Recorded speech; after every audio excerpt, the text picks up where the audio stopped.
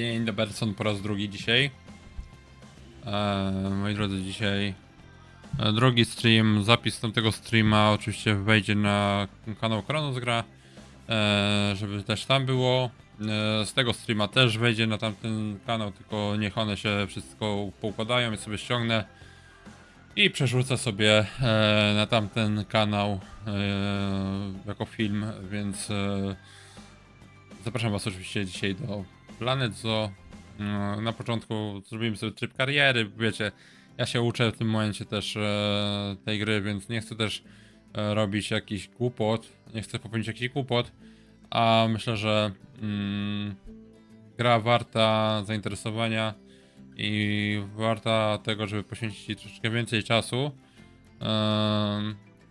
Ja sobie troszeczkę pooglądałem filmów na YouTubie z tej gry i dlatego postanowiłem, że ją tutaj zapodam, bo wydaje się dość ciekawa, interesująca. No i przede wszystkim też, moi drodzy, pamiętajmy o tym, że robię streamy charytatywne, więc można pomyśleć, że możemy pomyśleć, że ta gra może wystąpić też na streamie charytatywnym dla dzieciaków, gdzie stworzę jakieś tam, dajmy na to, specjalne zoo dla dzieciaków i społeczność, która jest w tej grze, będzie odwiedzała, wiadomo, bo to jest gra online i będziemy mogli pokazywać dzieciakom zwierzęta, mniej więcej poznawać zwierzęta, w jakich gromadach przebywają, jakie tereny lubią.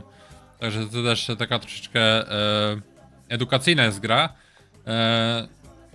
I postanowiłem, że też ona będzie tutaj na kanale systematycznie razem z innymi grami. Będę przeplatał te gry tak, żeby nie było non-stop jednej gry, bo szczerze powiedziawszy, na tamtym kanale troszeczkę też przypięła się łatka do mnie Eurotracka, ale chcę też tu na tym kanale zrobić coś innego, czyli rozszerzyć wachlarz symulatorów różnego rodzaju, nie tylko jazda, pojazdy, czy transport drogowy, ale i transport kolejowy, właśnie takie rzeczy jak tutaj Planet Zoo, jak przed chwilą mieliśmy o godzinie 17 w dniu dzisiejszym mieliśmy House Flipper, także różnego rodzaju tu będą symulatory na tym kanale.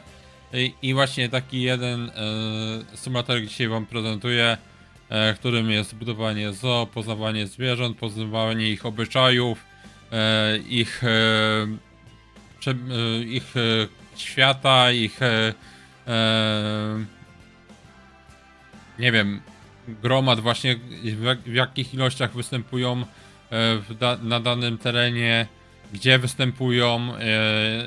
No taka, powiedzmy sobie szczerze, fajna gierka, przyjemna, z bardzo ciekawą muzyką. Naprawdę jest to przyjemna muzyka i taka klimatyczna też momentami. Także zapraszam was serdecznie. My startujemy ze streamem z Planet Zoo i jak widzicie, dzisiaj dopiero tą grę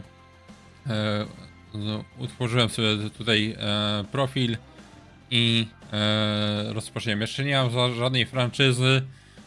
Z tego co wiem, to franczyza polega na tym, żeby powolutku, ale stopniowo do przodu iść z rozwojem, ponieważ szybki rozwój może spowodować to, że też to się negatywnie odbije na naszym zoo, na naszych pracownikach, na naszych zwierzętach, a nie o to nam chodzi.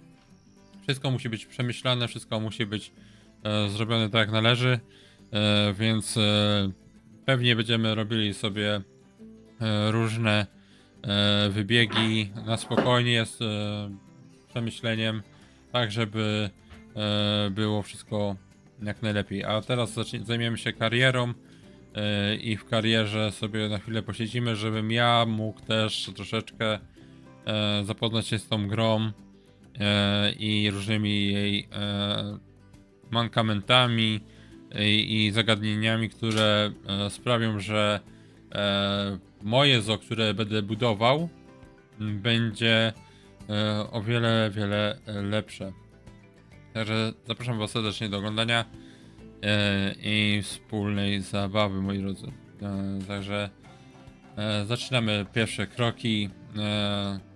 No i zobaczymy, jak to wygląda w ogóle. Jestem bardzo ciekaw, jak będzie to wyglądało na moim komputerze, bo widziałem, jak to wyglądało u innych, a jestem bardzo ciekaw tego, jak to będzie wyglądało u mnie na moim sprzęcie. Także zaczynamy z fajną muzyczką. Oczywiście scenariusz rozwoju kariery, rezydencja Godwinów. Zaczynamy. Także poziom trudności, moi drodzy, pozwólcie, że na razie zrobimy sobie poziom łatwy, tak żebym ja po prostu się w ten klimat drążył, a później będziemy sobie zwiększać poziomy, ewentualnie przejdziemy na franczyzę, gdzie ja będę już tworzył własne wybiegi, własne tworzył zoo. Także, moi drodzy, zaczynamy. Prezydencja Godwinów, szkoła domowa. Także startujemy.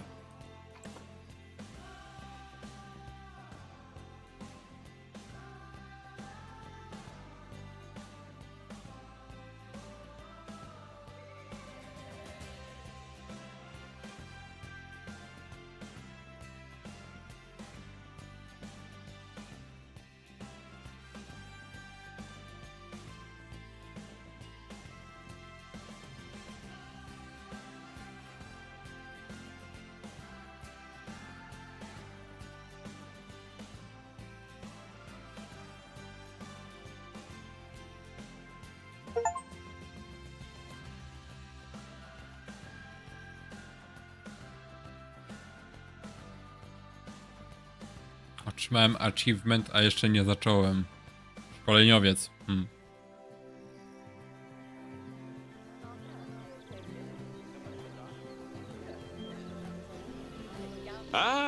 Heyo at Hematu.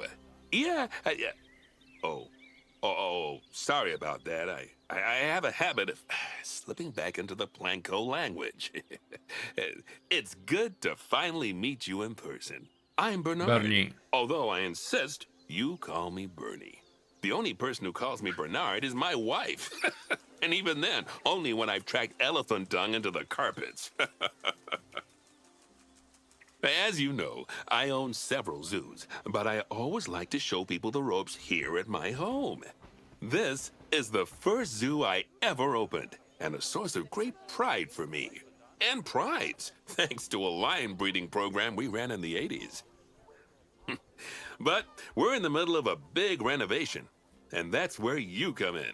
Sadly, our old contractor had to retire after developing a fur allergy. Poor devil kept sneezing his dentures into the lion habitat.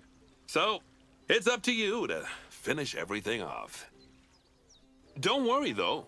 I'm not completely throwing you in at the deep end.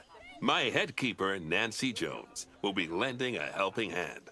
Oh, she's a hard worker, and she'll expect you to be too. But I'm sure you'll get along like a house on fire, or even better, one that isn't on fire. Less shouting that way. Hello there. From that rosy, fresh face of yours, I'm guessing you're Bernie's new hire. Good. Now, I hope you're ready to ditch your diploma because we're about to get really hands-on. But before we begin the real work, how about we familiarize you with the zoo by learning how to fly around it and visiting some of our beautiful animals? We'll start by popping over and having a look-see at the grizzly bears in their habitat. Dobra, czyli mamy tutaj takie tematy. I co? Znajdź wybieg niedźwiedzi grizzly.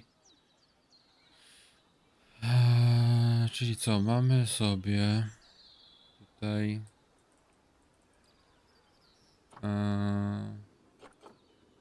ja przepraszam, że jak to coś będę tutaj na razie lamił, ale uczę się tej gry, bo naprawdę ta gra jest dość zaawansowana, Trzeba też troszeczkę tutaj pomyśleć nad tym, żeby to wszystko ogarniać. Wybiegi mamy.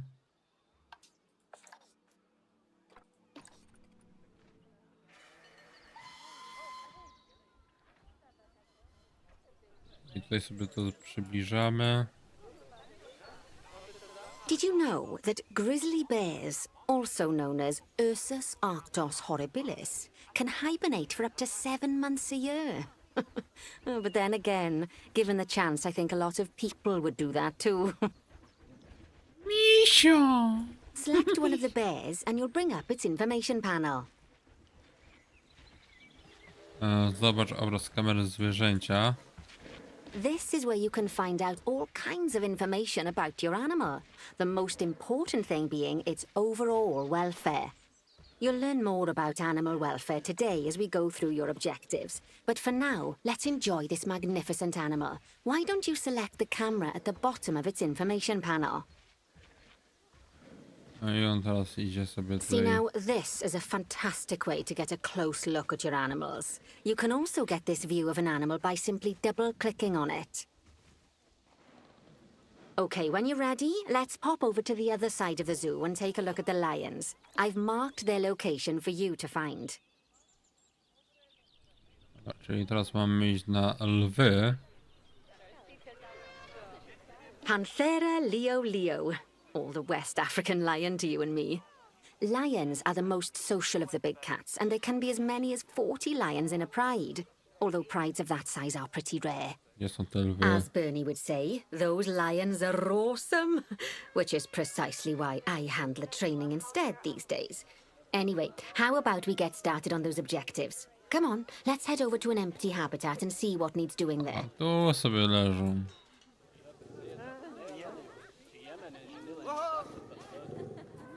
Jest jak te zwierzęta są ładnie zrobione.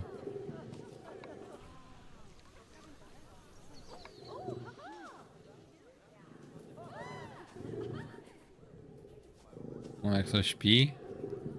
Yeah.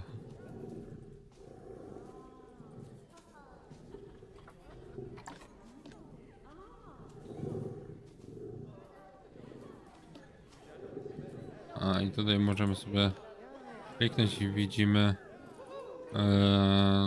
jakim się tutaj żyje, jakie tereny, wybieg jaki jest. Tu widzimy, że pokrycie troszeczkę jest nie bardzo, ale to jest do ogarnięcia. Urozmaicenia różnego rodzaju, ile ma lat, społeczne. Też chcę zobaczyć tego malucha. O, lwica się obudziła. A tu maluszek. A tu maluszek, je. Jak fajnie. Jezu, jak fajnie to wygląda. Jak to śpi.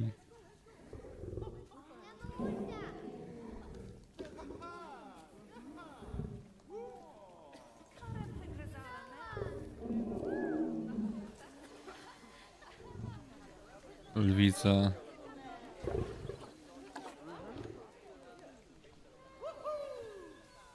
Nie, te zwierzęta są kapitalnie zrobione, naprawdę.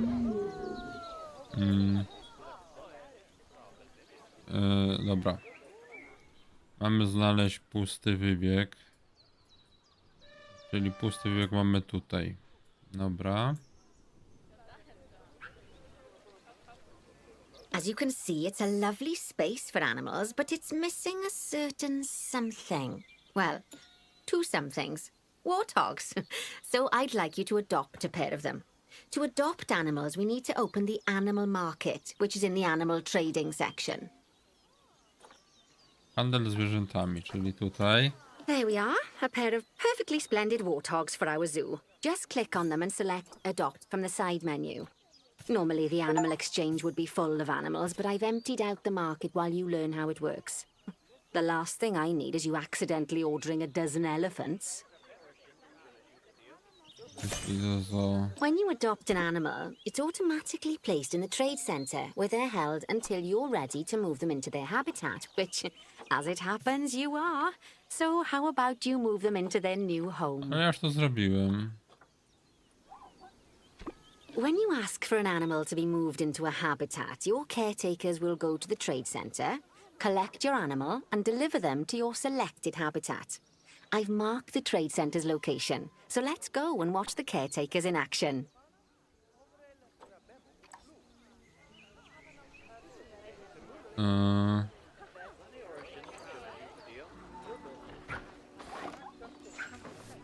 I tu już jest jeden guziec. No i za chwilkę też przyjdzie. Bodajże drugi guziec. Przyjdzie. Przyniosą go.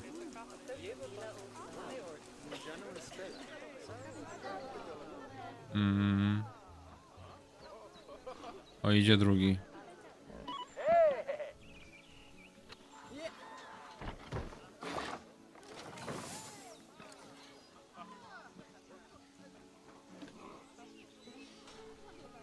Okej. Mamy.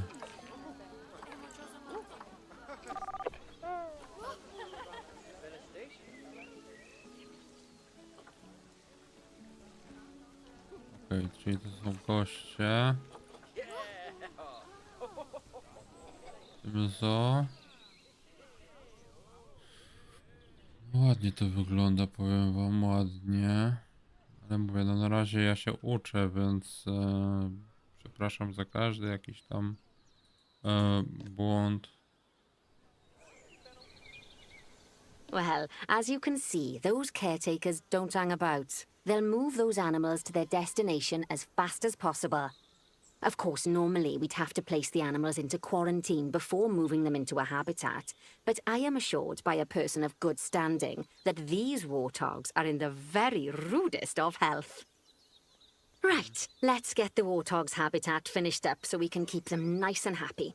You see, each animal in the zoo has an overall welfare statistic, basically how happy they are, and that overall welfare statistic is itself comprised of 4 different areas: nutrition, social health, habitat, and enrichment. Luckily, if you select an animal, you'll bring up their animal welfare information panel, which we saw earlier, where you can see how they're doing. That way, you'll know exactly what areas need to be addressed. Don't worry if that's a lot to remember. You can always check the Zoopedia for more information. Dobra, czyli tak, wybieg. Let's start by making sure we're taking care of the warthog's nutrition welfare. To do this, we'll need to place a food station and a drinking station. Now, each animal requires a different type of feeding station. And for the warthogs, it's a small feeding trough. So let's add one of those and a water bowl. Dobra. Jedzenie by miały. Animals also require stimulation to keep them happy. Let's add a lovely mud bath for the warthogs to roll around in. That bath will count towards their enrichment welfare, specifically their toy enrichment welfare. Oh, nice work. You've got a knack for this, I see. Now, our contractor had to leave in a hurry, so this place is in a fair old state. Unfinished thingamajigs and whatsits all over the shop. But the first thing we need to finish is the ostrich habitat. It's over near the hippos. A już tu po błotku sobie biega.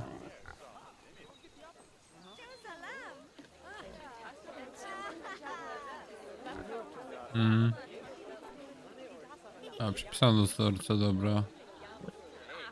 Czyli jest dozorca przypisany.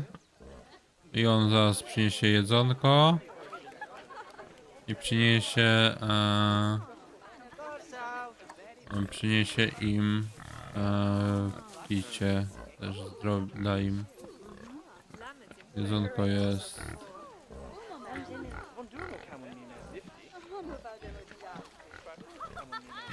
Okej.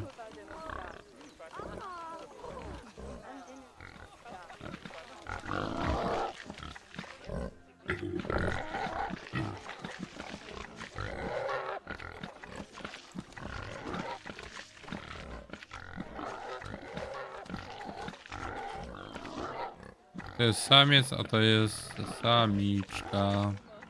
To oczywiście można wezwać weterynarza, żeby antykoncepcję dał jej, ale nie musimy tutaj robić tego, ponieważ no chcemy, żeby się one rozmnażały. Dobra, możemy sobie teraz tutaj przejść. Tak jak nas before tutaj... we actually start building our ostrich Proszę. habitat, let's pause the game. Just click the pause button in the bottom right corner. Dobra, co my mamy tego? Trzymaj upływ czasu. That's more like it. A quick break. Sometimes it's a good idea to pause the game whilst you're doing something which requires your concentration, because it'll stop the zoo spinning out of control while you're looking the other way. Let's keep the game paused while we get this ostrich habitat built. Okay, job number 1 here is to add a habitat gate before we complete the barrier. Every habitat needs a habitat gate. After all, how else would the keepers get in and out? Just make sure it's hooked up to the path so the keepers can reach it.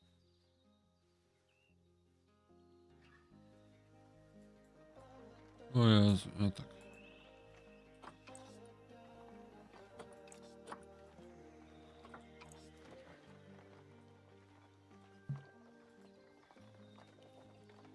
Dobra.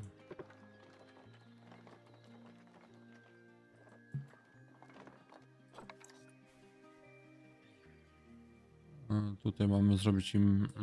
Right, let's complete the perimeter barrier so we can adopt us some ostriches.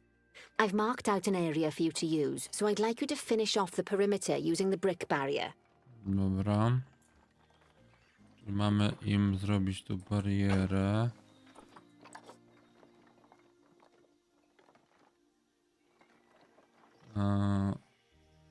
Czekajcie, żeby to było dobrze zrobione.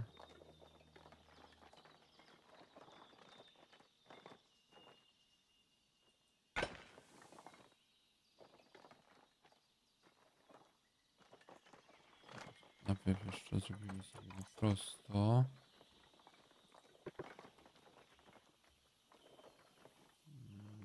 To muszą być rzeczy takie dokładne na tematy. Więc zrobimy sobie to tak, tak, tak. Tutaj kątowo. Blokady kątowej nie, ale więcej. Good work!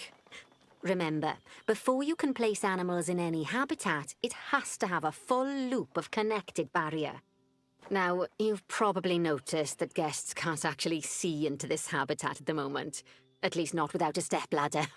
But seeing as they're banned, I'd like you to select a piece of barrier and swap out the brick for a glass barrier, so the guests can see in.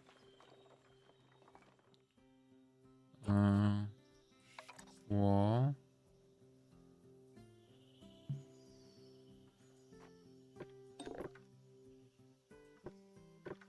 Nie, tak. Tak.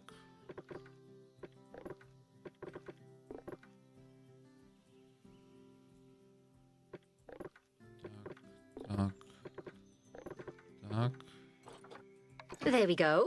Adding in more windows gives guests even more opportunities to see the animals in a habitat.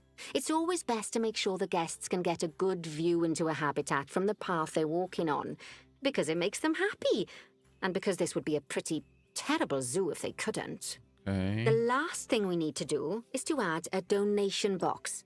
You see, when guests enjoy the view of an animal, they'll make a donation. Just make sure you put them in easy-to-reach places, like near a viewing point. Donation boxes are one of the main sources of income for the zoo, so make sure you remember them.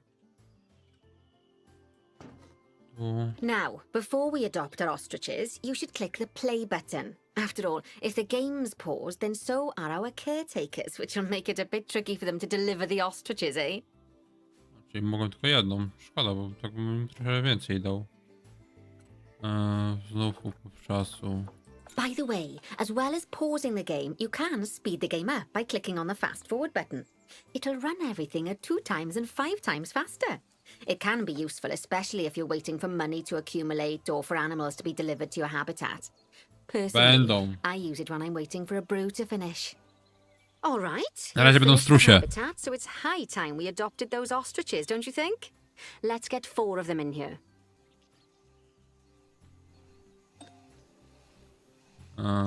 Handel zwierzętami. Tak. Adoptuj strusia. Czyli tak. Adoptuj. Adoptuj.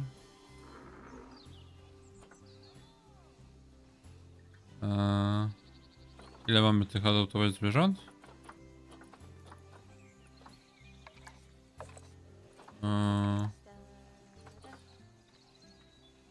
4 nowe strusie.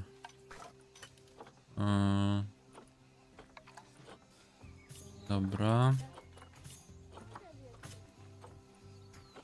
Dobra, to mamy. To wyszli do zoo.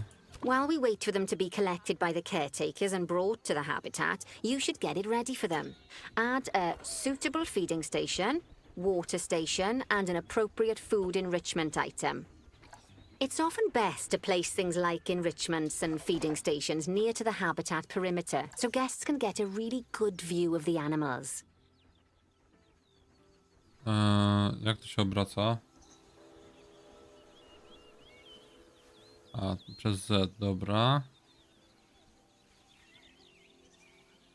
To powiedzmy tak. Co to mała koryto na wodę, duża miska na karmę. Powolny karmnik. Powolny karmnik możemy dać tutaj. Oh, good to see the ostriches have somewhere they can really stretch their legs. Did you know they can actually run at 43 miles per hour? Oh, heaven forbid they ever escape. The speed camera fines alone would bankrupt us. No i mamy strusie. Well, Bernie certainly seems impressed. Did you do his speed camera joke? Every time we get an ostrich. So, now we've made the ostriches' lives a bit better, let's do the same for the keepers, shall we? To make it easier for the keepers to feed the ostriches and hippos, we should build a new keeper hut. Keeper huts are where the keepers prepare the food for animals, so they should be placed near to the habitats to make sure the keepers don't waste their time walking when they should be looking after the animals. Na razie musimy robić to, co dozorcy. Planet Zoo. You'll need to rotate the keeper hut to get it to connect up to the path.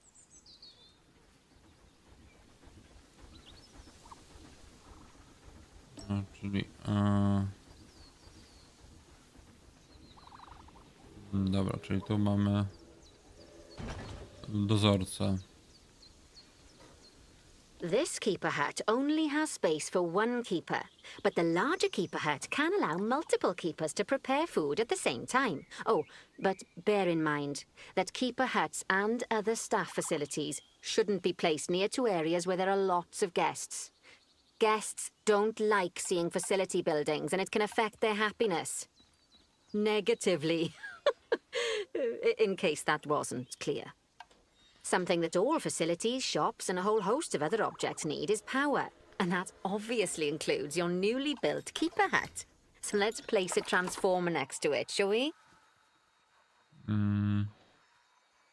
No, czyli mamy tutaj. Now, the reason everything has gone blue is because you're using the power heat map.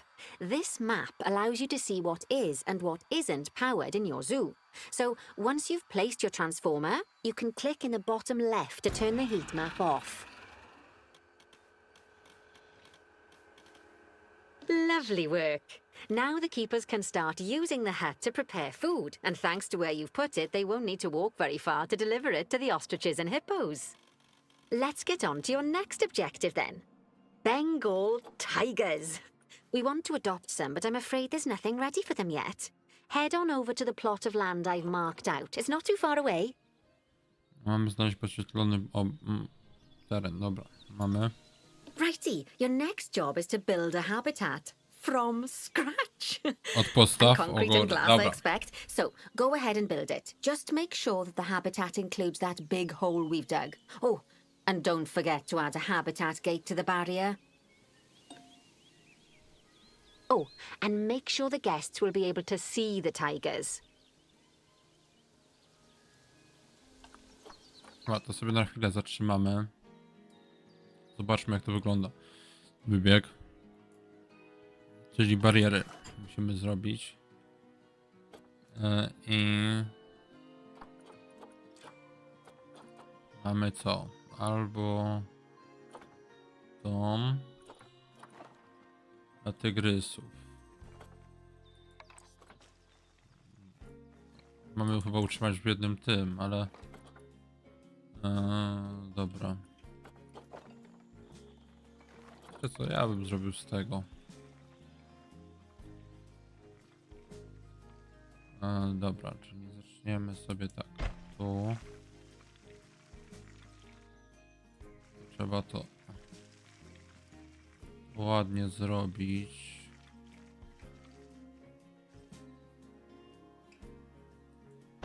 Tak. Tak. Tak. I w tą stronę też robimy tak. Tak.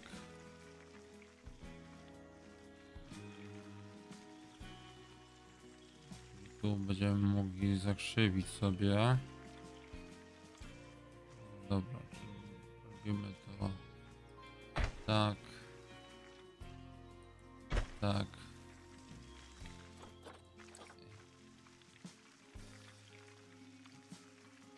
I nawet troszeczkę, czekajcie, weźmiemy.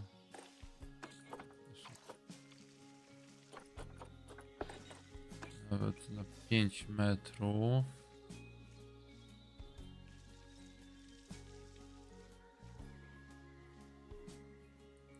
Tak.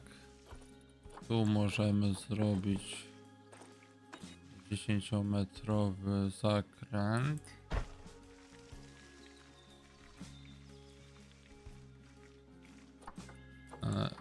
Na prosto. Okay. Tak. Tak. Lekko. Do tego. Tak. Będzie, nie wiem, 5 metrów. 5 metrów będzie 6 metrów nawet. I robimy tak. Idziemy teraz po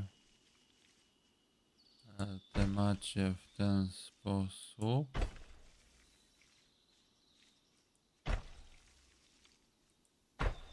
Dobra.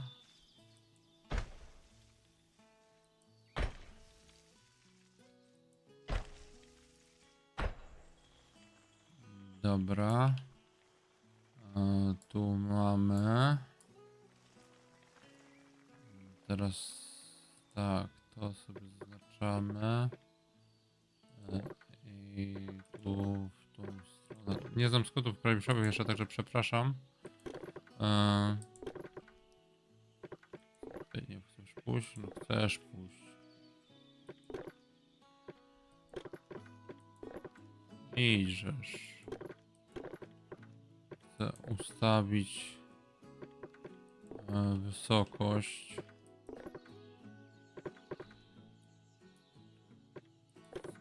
Chcę wysokość ustawić na 3.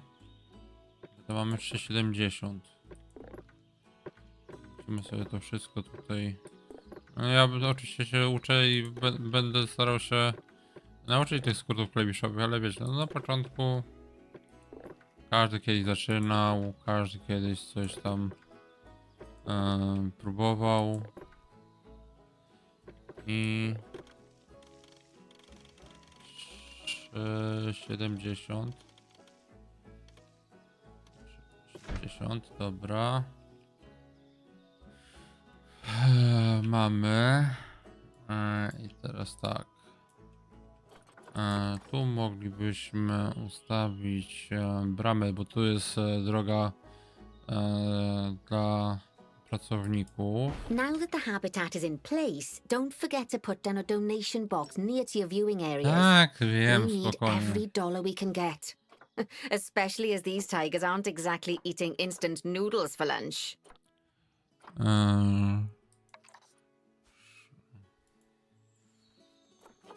Było to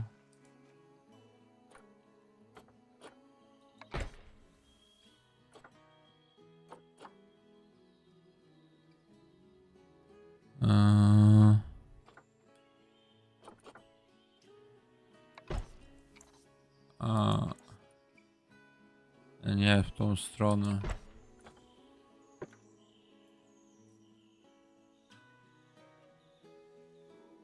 Dobra, czyli można dla zwiedzających ogarnąć tak, żeby oni to widzieli. Wiadomo, no przy takiej wielkości to dobrze by coś widzieli, nie? Dobra, to stąd i weźmy im, dajmy szkło. Tutaj nie musi być szkła, no bo tu jest dla naszych przyjaciół. Teraz udogodnienia. Szkarbonki na donaty. Okay, that's the habitat boundary complete, the habitat gate in place, and most importantly, the tigers won't be able to jump out of it anymore.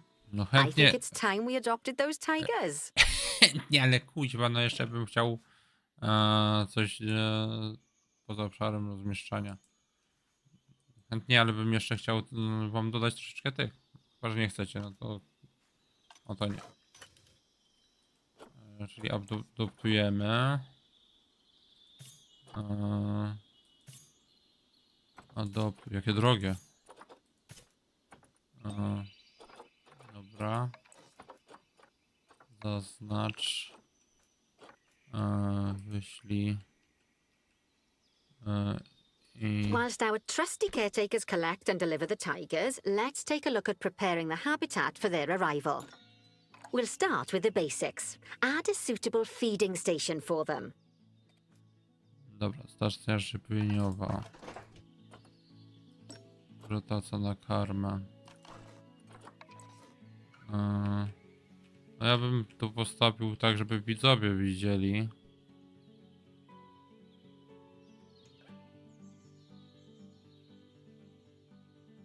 Tylko czekajcie, jeszcze sekunda, ja sobie tylko zerknę ustawienia. Przepraszam, będę się posługiwał jeszcze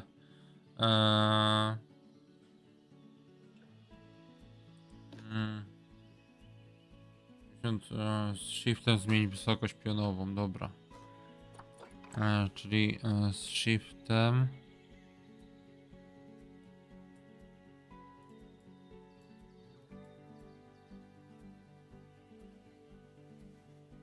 o, tu za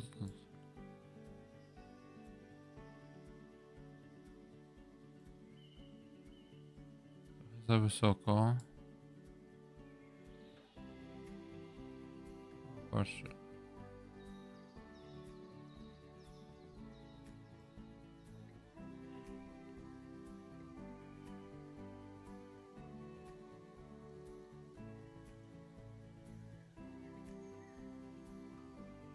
This time, instead of adding a water bowl, let's try something different. Some animals need a pool in their habitat so they can go for a swim, but they can also use it to drink from. All you have to do is make sure the banks of the pool have a gentle slope so they can easily get a nice, refreshing drink. There's already a pool excavated, but you still need to fill it with water. You should do that by going into terrain and selecting the water tool. Yes, that'll do nicely. Of course, just like the warthogs and ostriches, these tigers will also need some enrichment. Why don't you add some suitable toy and food enrichment items into their habitat?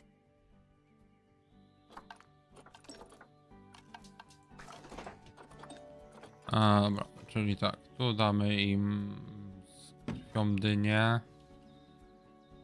Tu można też im dodać drapak. Drapak.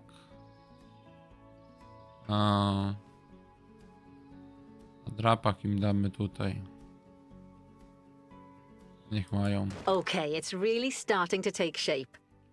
Now, the tigers will need a shelter in their habitat so they can hide from the guests, or more likely, the bad weather. Although, given that we're in England, you might want to think of that just as normal weather. Go on, add a shelter to their habitat. You can either build one from various suitable bits and bobs, or if you like, just pop down the blueprint that I've already built for you. Dobra, tu można byłoby im dać schronienie. Przynajmniej na razie. Wiecie, no to jest tylko samouczek, więc dajmy im tu schronienie. Okej. Puśćmy czas, generalnie. By się przydało. Żeby... O! Dozorca biegnie.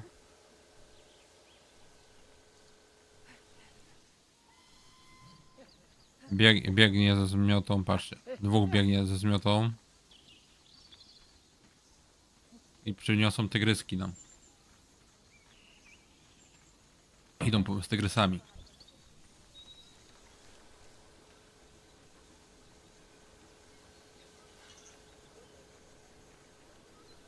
Uwaga.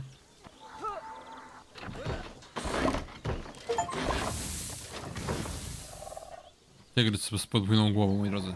Nie, tak serio, to są dwa tygryski. Dobra.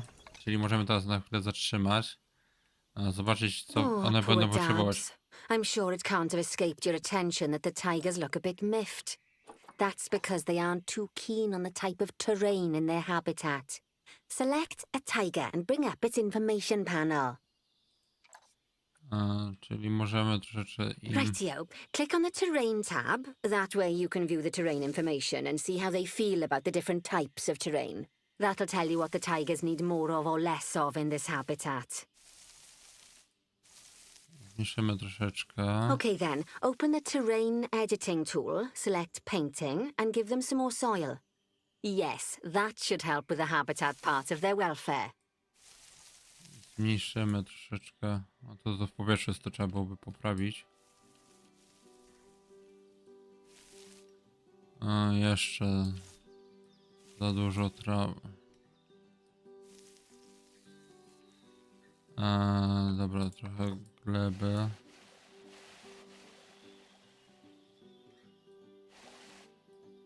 Right then, all animals need plants and trees from their own biome or continent. You know, deserts, savannas, Eurasia, Europe, that sort of thing. It looks like these tigers need a few more plants in their habitat. To get a perfect fit, use plants from the rainforest and temperate biomes that are native to Asia. Although if you have to, you can get away with using just one or the other. The tigers will also want a certain amount of their habitat to be covered by those plants. To find out which plants to use and how many, select a tiger and go to the Environment tab. Now, as you can see, some of the plants currently in the habitat aren't quite right for the tiger, like the wattle bushes. You can remove them if you want. Zaraz tutaj trzeba. You can find all of the plants you need in the nature section, and you can use the filters to only show the types of plants you want to see. In this case, that's plants from the rainforest or temperate biomes.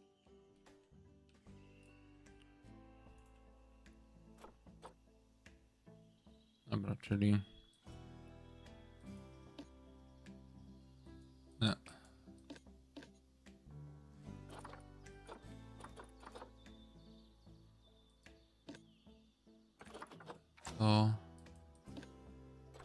To...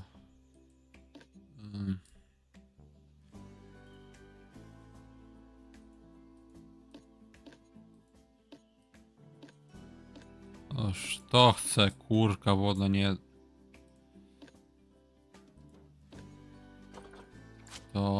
Dobra, tygrys. Co ty tam jeszcze nie chcesz? Nie chcesz tego. To ci nie pasuje. I co jeszcze ci nie pasuje, panie? Powiedz ty mi. O ile ci nie pasuje?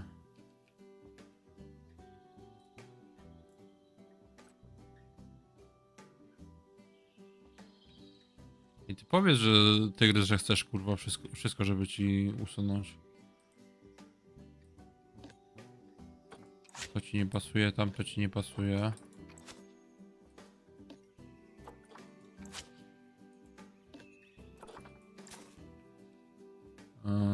Gdzie jest ten tygrys? Obojętnie który.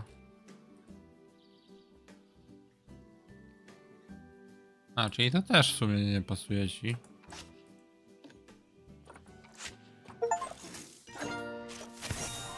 Super. They say that good fences make good neighbors. I guess that's doubly true when one of the neighbors is a Bengal tiger. Still, those tigers look so happy that I doubt they'd leave, even if you did poke a hole in their fence. Oh, but for heaven's sake, don't test that theory.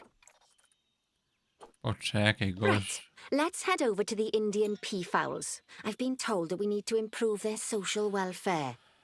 Jezu, oni nie dadzą zrobić wybiegu jak na razie, tylko... Dobra. Widocznie tak musi być, nie? Now then, just find one of the peafowls and select them to open their information panel. Pawie. Then we can have a good gander at how they're doing. Although technically I suppose gandering would just be for geese. Expand their social welfare and we can get a bit more detail. Now, they've clearly got plenty of space and they're not stressed, but it looks like their social group isn't quite right. So let's find out more. Click on the social tab at the top of their information panel to see what's wrong.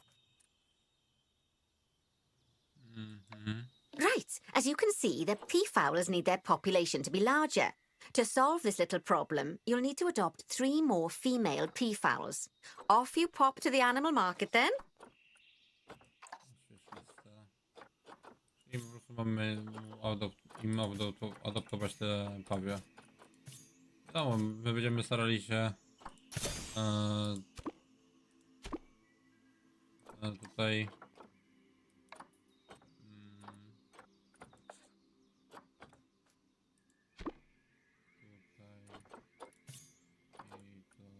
Good work on those peafowls. I expect they'll be delivered soon.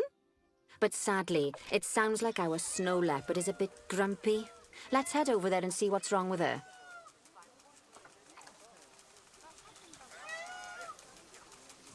Znajdź wybiór pantery śnieżnej. Kurwa. Tutaj.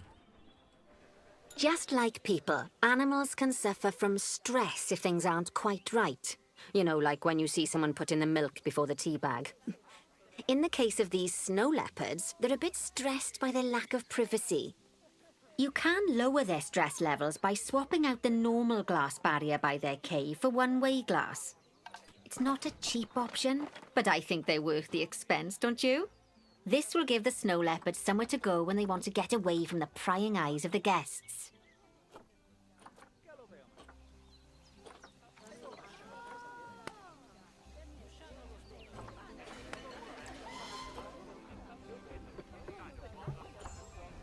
Of course, when an animal isn't in its natural biome, it's probably going to be too hot or too cold.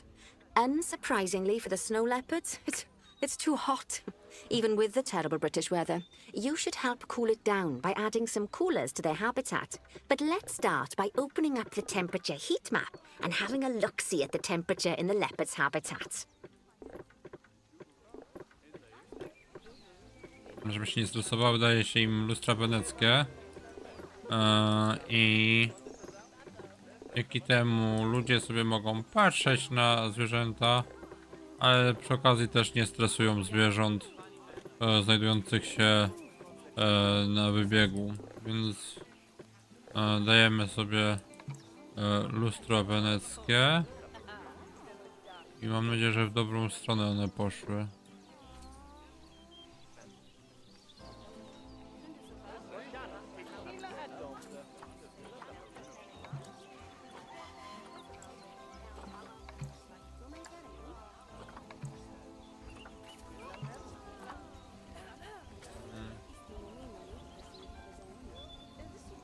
temperatury.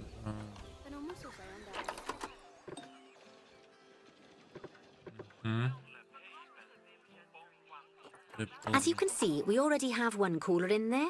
Let's pop some more down and get as much of the habitat as chilly as we can. Luckily for us, this habitat already has power, but you'll need to make sure of that in the future. Just so you know, if any part of a habitat is powered, then the whole habitat will be powered.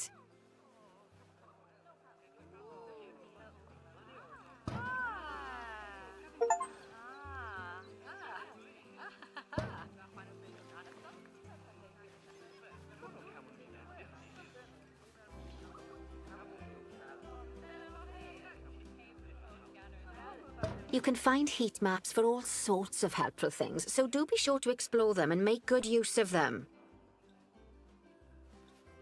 It'll take a little while for the temperature to adjust once you've added coolers or heaters, but now we've got the coolers in, we can address the leopards' terrain welfare. You see, what the leopards really want in here is snow and rock, so let's make that happen. Zwiększ dobrostan teren do 100%. Teren i śnieg, tak? Czekajcie, teraz tak.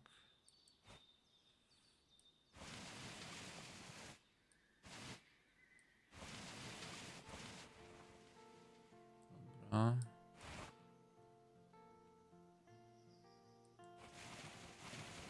Now then, all of that should give you a pretty good understanding of how to make animals happy. So I'd like you to go and check on all the other animals in the zoo and fix up any issues with their habitats. That'll increase the average welfare of the animals across the whole zoo. And that average welfare is a very important statistic. Now, to quickly see how all your animals are doing in the zoo, you should go into zoo management and then into the animals section. Not bad. Not bad at all. I think it's fair to say that you've passed the first part of your training with flying colours. There's still lots more to learn, but we'll have to head to another one of Bernie's zoos for that. If you want to grab your passport, we'll head off, shall we? Dobra.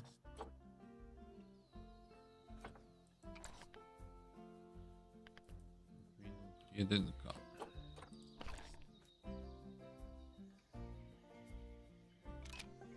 Nie wiem, czy dobrze robię, ale...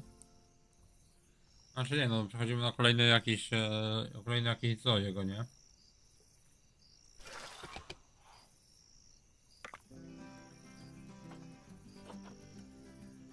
Małp na Madagaskarze. O, Mati, coś o tobie.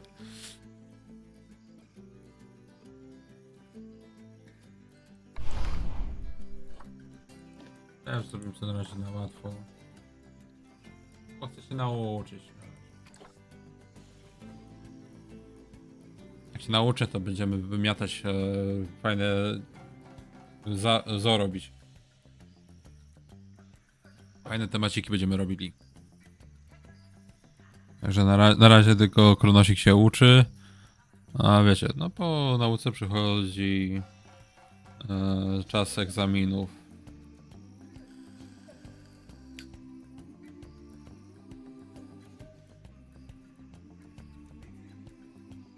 Się sprawdzimy w budowaniu. Na razie chcę się troszeczkę pouczyć. Ale ładnie to zrobione, naprawdę. Welcome to Madagascar. It's quite the change of scenery from dreary old England, huh? Apart from the weather, I suppose. They don't call these places rainforests for nothing. The zoo you'll be working in is an ape sanctuary, where we're doing vitally important conservation work. Not just for apes, but for all kinds of species. But apes, well, apes are some of the closest relatives to humans there are. And yet, the way the world treats them is like, well, very much like some of us treat our actual relatives. Anyway, that's why I'm determined that our operation here does some good. If we can all leave some part of the world in a better state than we found it, we'll have lived lives worth living. And speaking of states, I have a horrible feeling I left the house in the right one. When I get back, I expect my life won't be worth living at all. Okej. What do you think of Madagascar then? Bit warm for my taste, to be honest. Anyway, this is Bernie's primate sanctuary. It's not just primates, though. We've got all sorts of animals. So why don't we go and have a look at some of them, eh?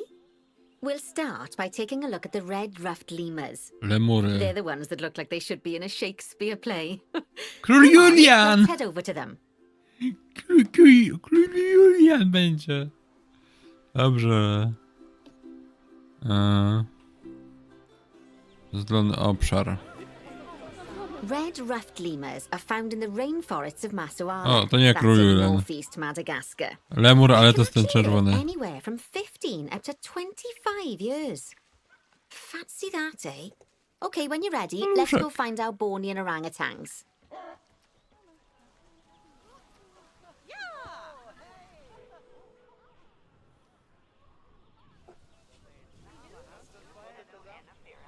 The Bornean orangutan is such a marvelous creature.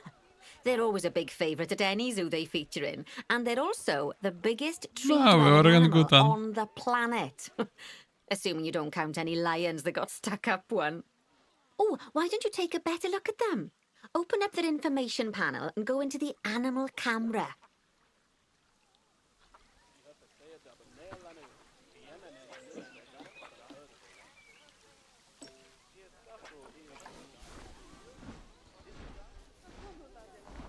Aren't they just incredible? When you're ready, let's go and have a look-see at some of our beautiful bonobos. They're quite the characters. I to jest samiczka, dobra. A teraz mamy znaleźć kolejny podświetlony obszar. Oh dear! It looks like we've arrived just in time. One of the habitat's barriers has collapsed. And wouldn't you know it, one of the bonobos has made a run for it. We'll need to catch them. But before we do, we should box up the other bonobos to stop them escaping too. Select the habitat boundary to bring up the habitat information panel.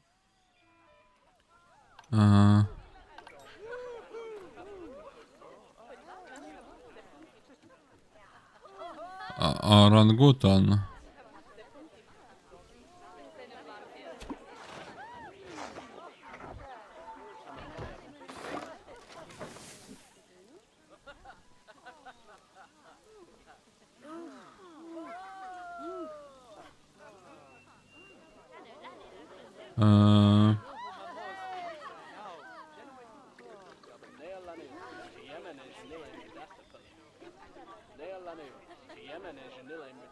Gdzież ten skrzyni jest?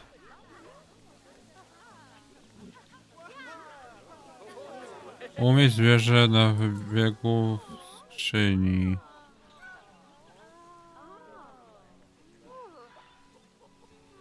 Where she is?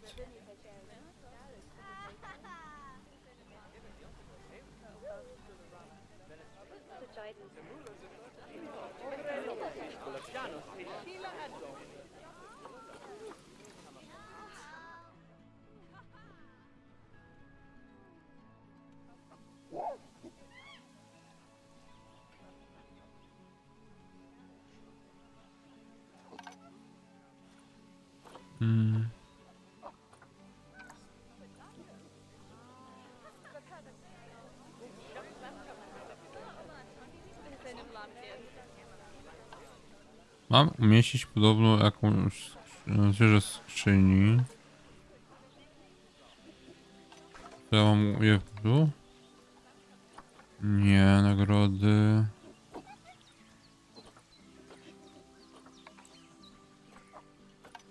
Nie.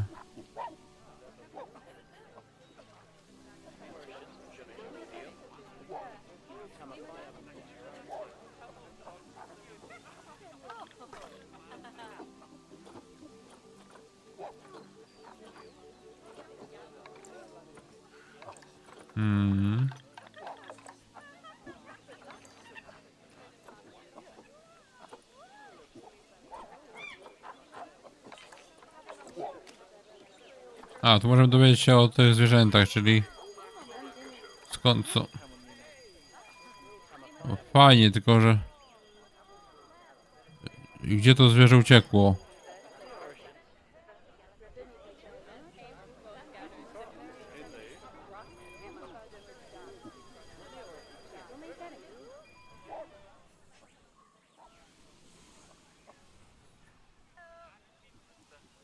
A tu co? Jest grane.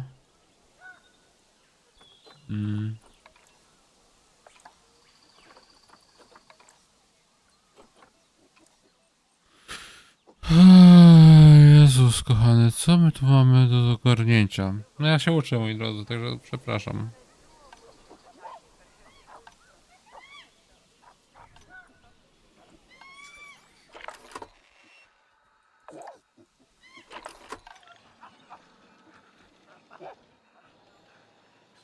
A czyli tu mamy jakieś temperatury zwierząt też. Ale tu są gracze.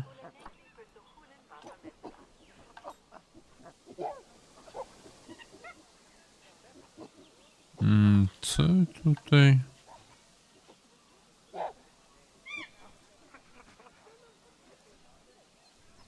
Czemu ten wybieg jest tak?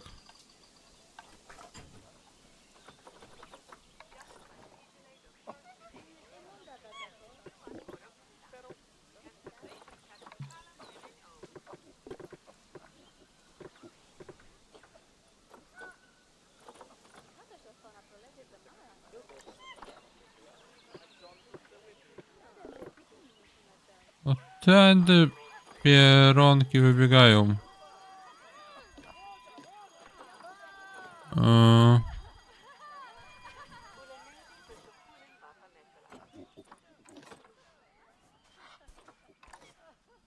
Zopedia. Czyli tutaj muszę to naprawić.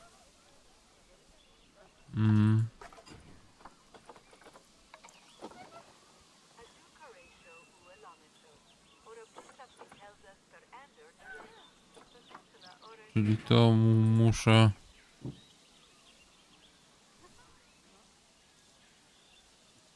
usunąć.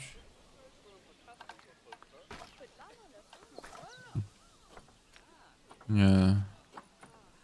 Nie chcę tras, Boże, bariery. No dobra, no ale...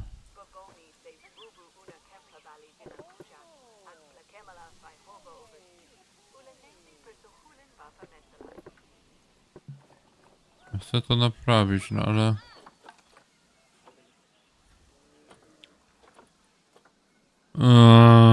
widzicie? To jest tak, jak się człowiek właśnie uczy, nie? Czekajcie. Moment, spokojnie.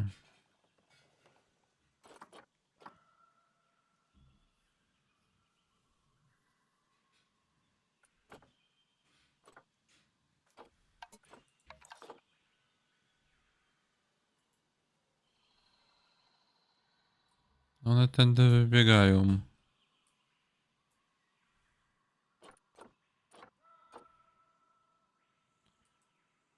Tym nie mogę. Chciałbym.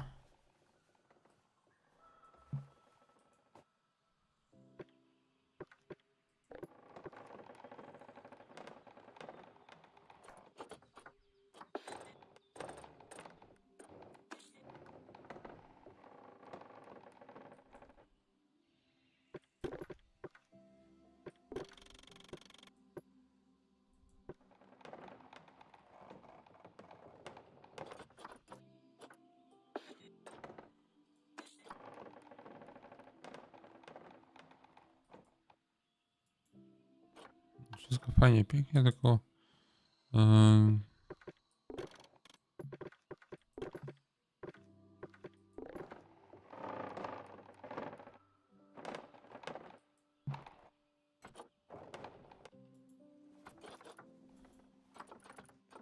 jak ja bym chciał to zniszczyć.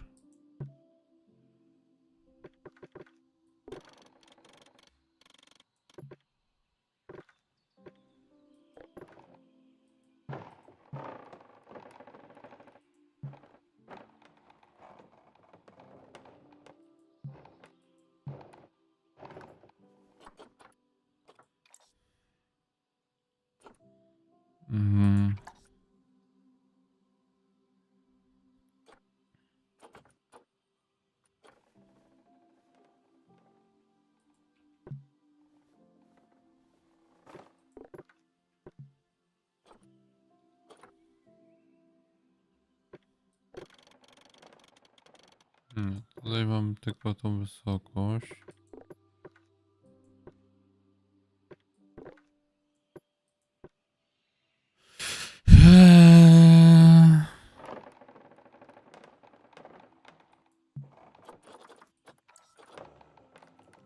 Ja wiem, że to muszę zniszczyć, tak? To jest zniszczone.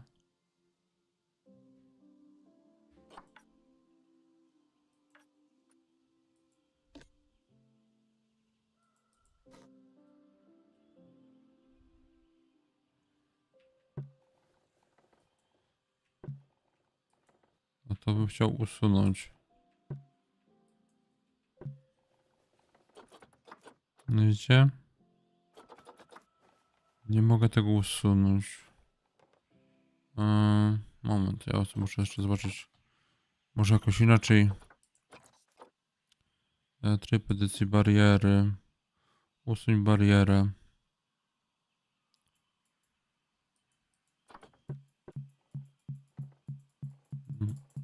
Klikam i nie mogę.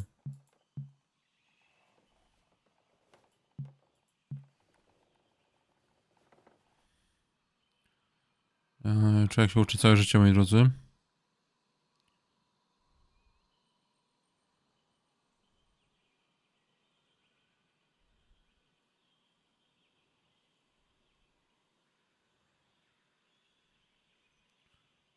Chcesz usunąć tryb ścieżki, terenu, toru, budynku ogólne, obiektów. No to obiekty, no to wiem, blokuj osi powierzchni i tak dalej, i tak dalej.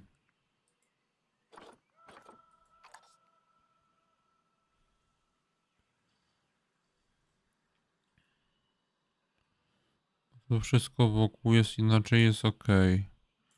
To tylko brakuje z tej strony tego, chyba że to jest nie ta bariera, tylko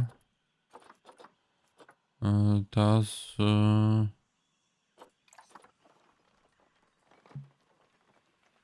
lustrem. No i dupa, i nie wiem.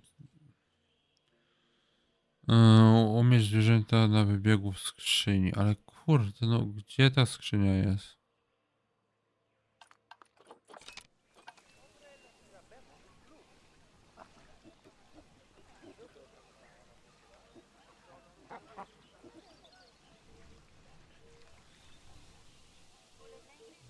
Umieść zwierzęta na wybiegu w skrzyni. Dobra. Głupi jestem. Kici, skurczysyny, chodźcie.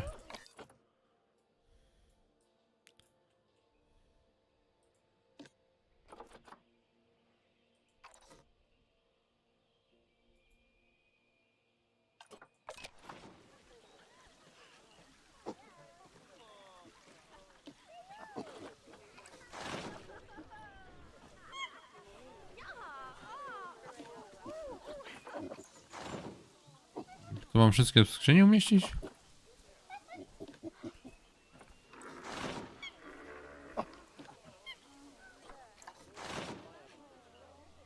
O to wchodzi. Now, we'll need a Dobra. vet to recapture that escaped bonobo, but it seems our last one left to do some research in the wild. Not an ideal situation. So, we'll need to hire a replacement sharpish. Go into the zoo section and then into the staff management area.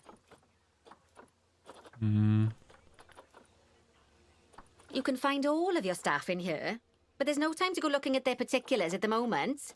Hire a vet. Sprzedawcy.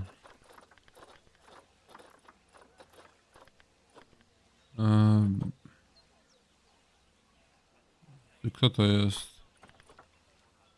Strażnicy, nauczyciele, dozorcy, weterynarze. Mamy zatrudnić weterynarza. Nie ma weterynarza. Okej. Czyli... Now, click on one of the paths to place the vet in your zoo. Gdzie są te wasze? Dobra. Okay, that's the relief. So while the vet deals with our lepsze, bonobo dobra. friend, let's go fix up their habitat so they can't escape again. Head back over there.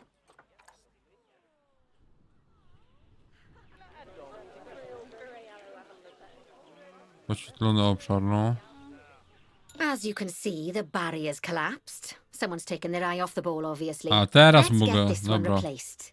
Chciałem naprawiać Select the barierę. barrier and then we'll edit it. Delete the broken section of barrier and replace it with a brand spanking new one.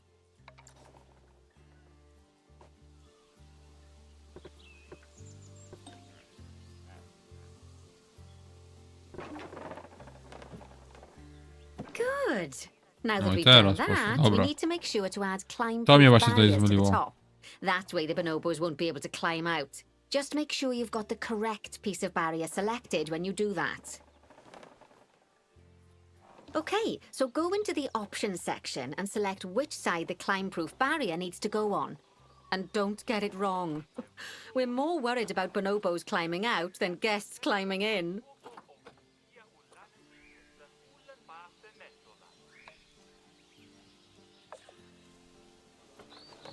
Zabezpiecz ogrodzenie.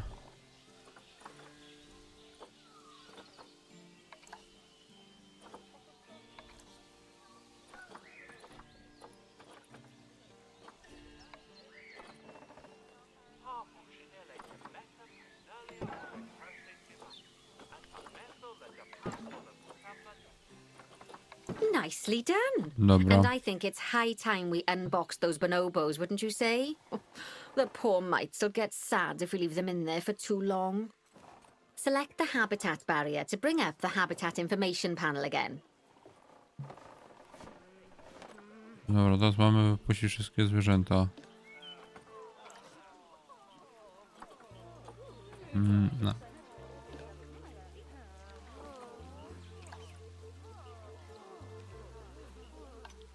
Okej. A, czyli musimy...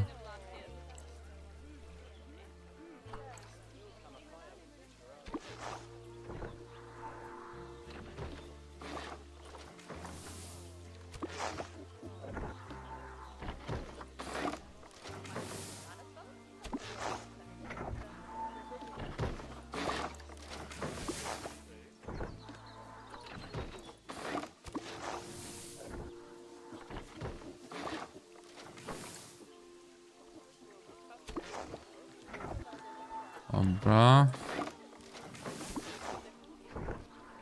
So, it turns out that as well as the old vet leaving, the zoo's mechanics did too. We'll need to hire a couple of new ones so we can help stop any more breakouts. You see, mechanics do all sorts of helpful things around the zoo, but one of their most important jobs is taking care of the habitat barriers. Without mechanics around to repair them, the barriers will crack, crumble, and fall down. And before you know it, we'll be overrun with escaped animals. Go into the zoo section and then into the staff management area again. Hire a mechanic and then click on a path to place them in the zoo. And then click on the path again to hire a second mechanic. As you Okej, can see, you don't spokojnie. have to go back into staff management if you're hiring lots of the same type of staff member. Oh, gosh, we have been busy, haven't we? Good work there. I'm off for a cuppa. Oh, I think Bernie wants a word with you. Świetlony obszar. Oh, I hear you had a bit of an issue with an escaped bonobo. The main thing is that you dealt with it swiftly. And more importantly, without the animal stealing someone's clothes, putting them on, and then walking out of the front gate. You see, another key responsibility for our vets is animal research. Researching animals allows vets to unlock new enrichment items, additional information for our education resources, enhanced breeding programs, and improvements to food quality. Oh, the animals' food, not the vets. It'll take more than a research grant to improve the staff canteen. Anyway, as you can see, research is a key part of running your zoo. In order for a vet to undertake research, they require a research centre. And once again, that's something that this zoo is missing. So let's build one. I've marked out an area for you to put it. Now, you've probably noticed that there's already a building where I want you to build the research center. Don't worry. You see, the building that's currently there is actually a hollow shell. So we're able to place our new building inside of it. If you select the research center for placement and then hover over the shell, you'll see that it asks if you want to add the research center to the existing building. Centrum badawcze. Okay, click to add it to the building. Oh, but that won't place it in just yet, though. First, we'll need to rotate our research center so it automatically connects to the path when we place tutaj it. musimy to zmieścić.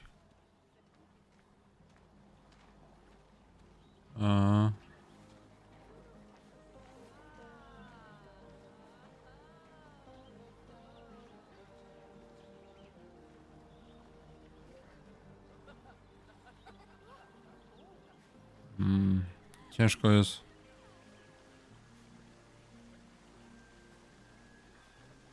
Tym kurczę.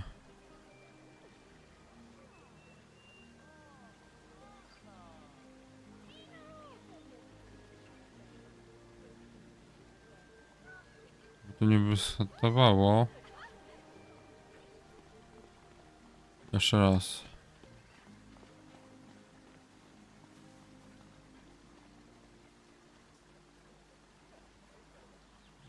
Okay. Right. Splendid work. Now that we have a brand spanking new research center, we can give our vets something to do in there. Średnio postawiłem to na By the way, it's worth noting that the vets will only do research when they're not required to do any other jobs. That said, you can change what jobs a vet does via their information panel.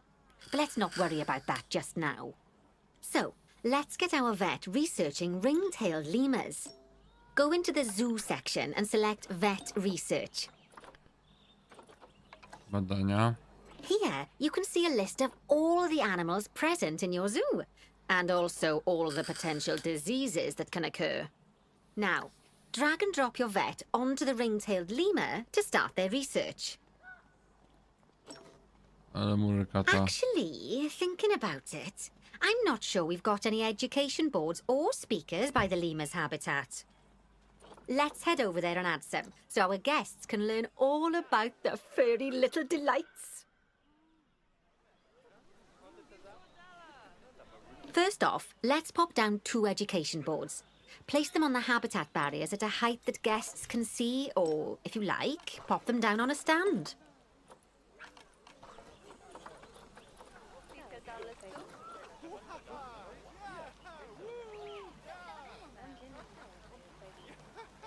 Tutaj chcecie? Dobra.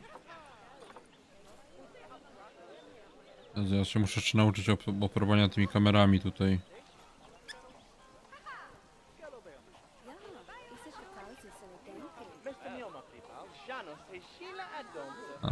Chcę tak ładnie tutaj. Tutaj. I tutaj by warto gdzieś.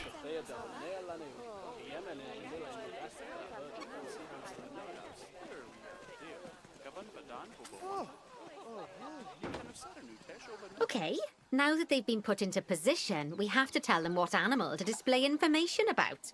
Select one of the education boards to bring up its information panel. To są lemury, dobra. And from the drop-down list, select ring-tailed lemur. Although I'm sure that last part was obvious. When you link an education board or a speaker to an animal, you need to make sure that said animal is close by. If it isn't, the guests will get confused and won't learn as Teraz much. głośniki. Okay, now that we've done the education boards, let's pop down a pair of speakers. Speakers play audio to the guests so they can learn while they look at the animals, instead of having to go through the laborious process of reading. Oh, one thing to bear in mind is that it's important not to put the speakers too close together. If you do, the guests won't be able to understand what's being said. Dobra. Poczekajcie. Now we simply need to link the speakers to the ring-tailed lemurs, just like you did with the education boards.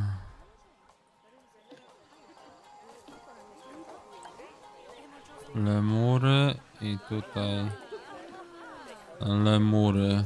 Fantastic! Oh, it's worth remembering that education boards and speakers both need power to work. They won't do much good without it. Oh, it looks as though our vet has completed their research on ring-tailed lemurs. We'll need to collect the results. We can do that by clicking on the notification or by going back into the vet research area. Go on, collect your research rewards. Just so you know, vets will continue to research an animal even after successfully completing a research level. I suppose when you're in the zone, you're in the zone. Odebrałem. Well, now that we've enriched the lives of our guests, let's enrich the lives of our ring-tailed lemurs. Some animals, like lemurs, will have a climbing need. That means they have a requirement for a certain amount of climbing space, and you can fulfill that requirement by building them a climbing frame. Let's find out how much more climbing space our lemur friends need, shall we? Select one of them and bring up their information panel. O, Next, click on the Terrain tab. 46 metrów kwadratowych. Now, as you can see, the lemurs need quite a lot more climbing space. But as it happens, I've already got a climbing frame blueprint built for you. So you can either pop that down or build one yourself from scratch. By the way, it's not always just climbing needs that you have to worry about. Other animals might need a certain amount of water in their habitat so they can go for a swim. They certainly do keep us on our toes. Dobra, czyli teraz mamy zrobić im na wybiegu temat do wspinania. Mamy im zrobić coś do wspinania się.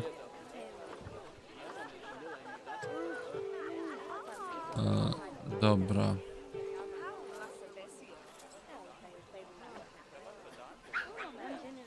Na razie się zamknę. I warto by coś im zrobić. Do spinania się.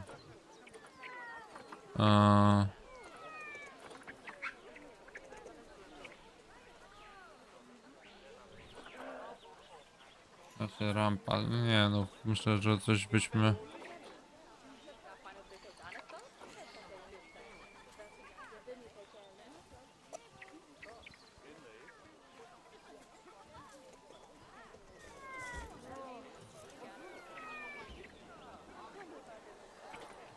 Zatrzymamy sobie na razie.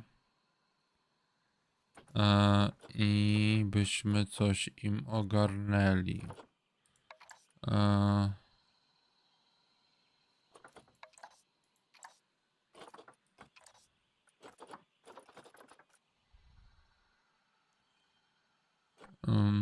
Dobra.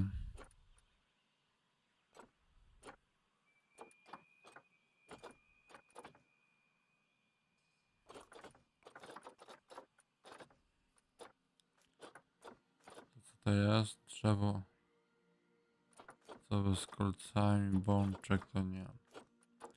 Czyli można byłoby im zrobić jakąś rampę. Co to jest? Roczne lustro.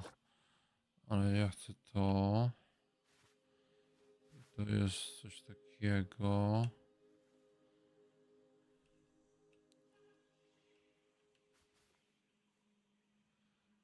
Powiedzmy, że to by szło od tego. Tak. I teraz...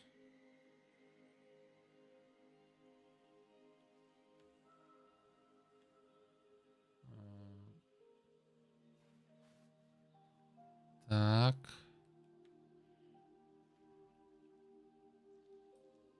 I to... Jezu.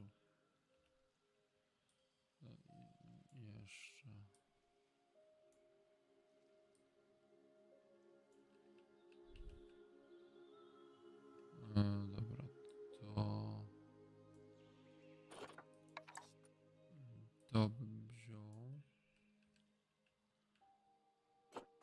Tak.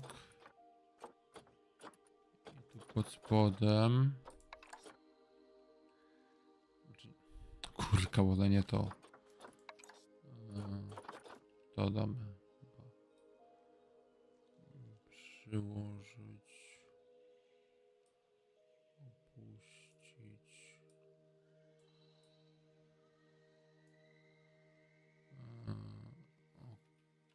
Okej. Tak. Powiedzmy, że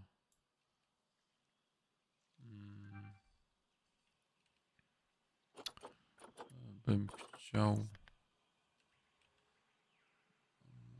to tu. Jak to jest dużo.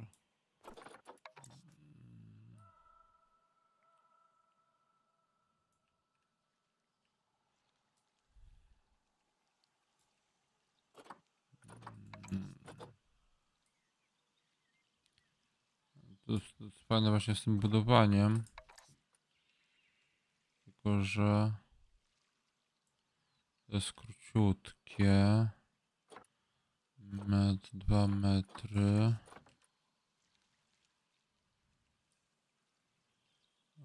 Tak, żeby to było jako podpora.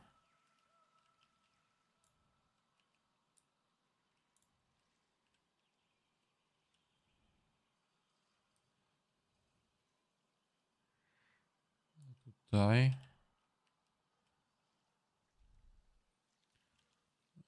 I nie wiem, tak. Coś takiego. Dał. To jest grube, to jest takie, to jest taka tyczka. O.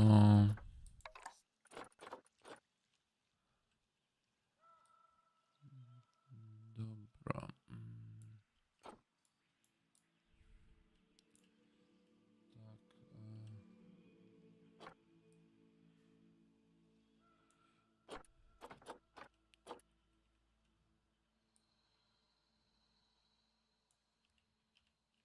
Tak, i troszeczkę byśmy dali.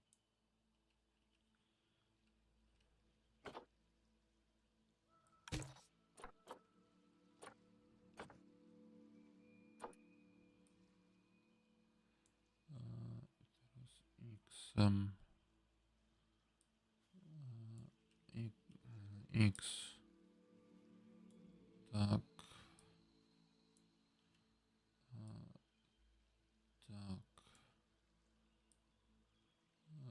I to w ten sposób wzięlibyśmy. Tak, tylko że jeszcze na prosto.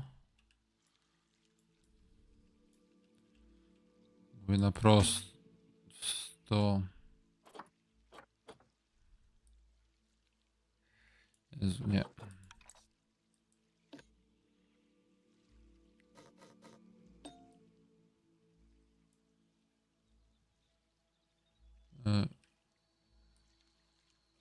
O, w ten sposób. Na prosto jeszcze. Tak. X. I teraz w tą stronę. I troszeczkę tak. I troszkę tak. I to byśmy mieli taką podporę. Dobra.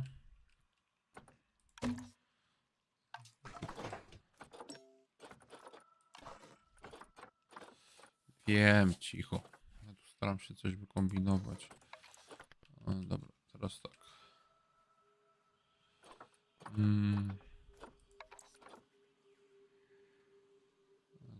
Tak. Tu pod tą stronę. Troszeczkę w tą. Tak. Dobra. Do tego, ale z X-a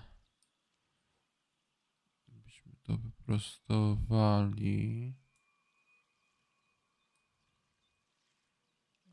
w tą stronę. Dobra. I by to było. Okej. Tak. Zróbmy podporę im pod tym. Tak.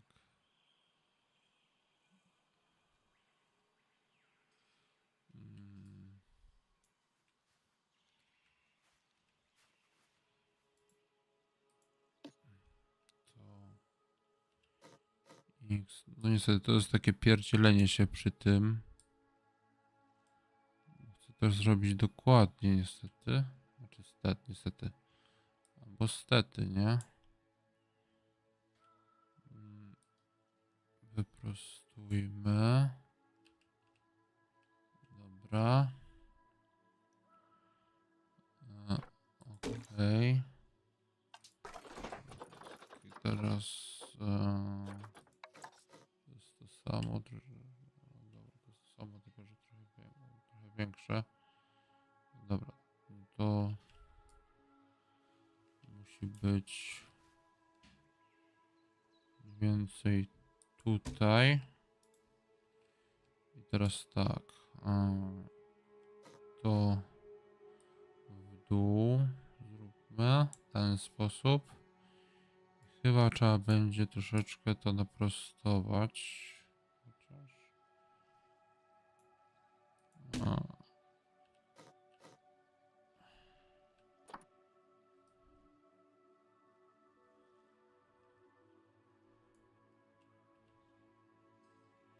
Dobra, powiedzmy. Wystaje coś, wystaje troszeczkę. No to x.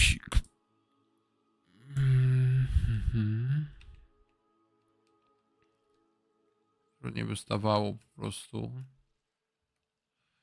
Okej. Okej. I teraz wybieg. Zróbmy to. Tak.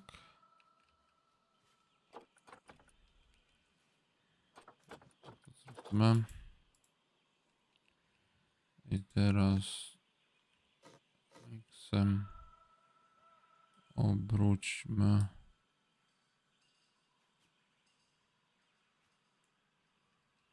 w tą stronę. Troszkę tak. I nawet trochę w to wpuścimy.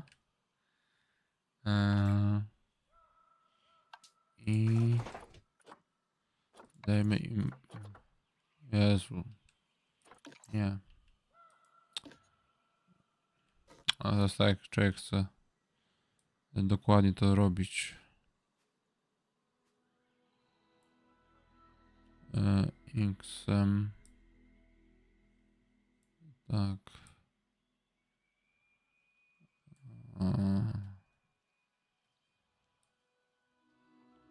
Zbawienie się w zoo, robienie jakichś tam tematów. To jest też czasami troszeczkę zabawy, więc nie myślcie sobie, że ja będę robił wszystko tak na hura w tej grze, bo to nie na tym polega.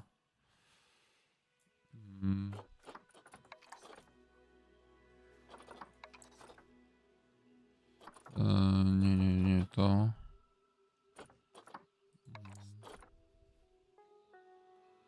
Dobra. Do góry. Op, op, op, op, op. I coś takiego. Tylko zobaczmy, jak to wygląda. Tak. I to jest 1 metr. Jezu, nie. To. Okej. I teraz to w dół. Przecież ten będzie za krótki. Ten damy.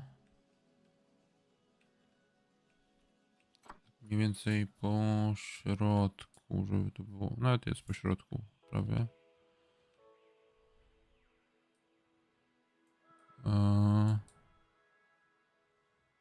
Tak. Chyba będzie po środku, nie? Będzie, bo to będą mogło się spiąć jeszcze tu wyżej, nie? Tak jakby. Okej. I teraz muszę lemurka dorwać. Wyłącz na chwilę. Lemur.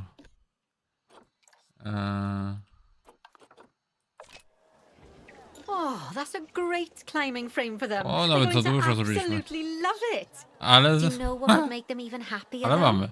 Nicer food. But that's true of all of us, though, isn't it? You can unlock better quality food for animals through research. Luckily, we've already unlocked some for the lemurs, so all that remains is to make sure they get served it from now on.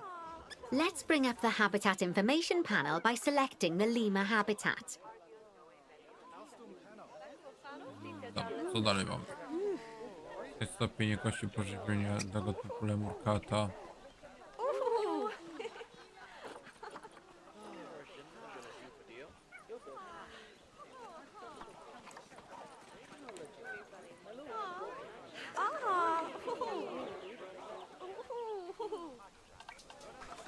Jakieś zabawki.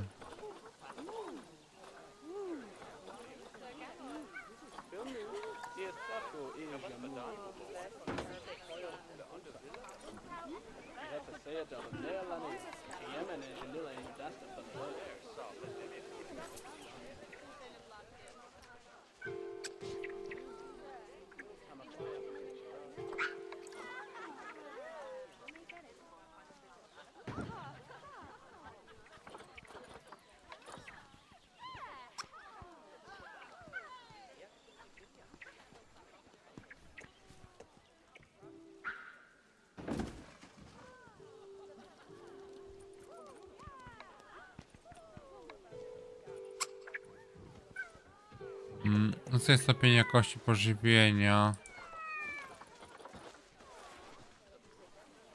I co, muszę zrobić badanie, czy co?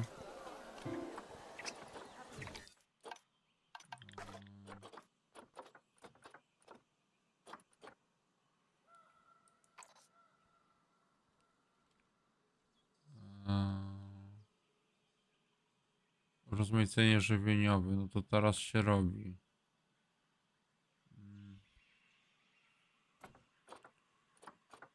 Zwierzęta. Lemury.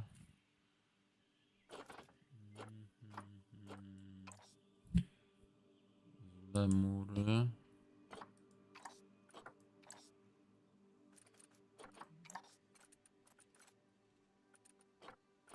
Bezwidosorce. Gdzie to było? Afryka. Pokrycie. Ma rozmaicenie żywieniowe. Żywieniowe na wybiegu szóste.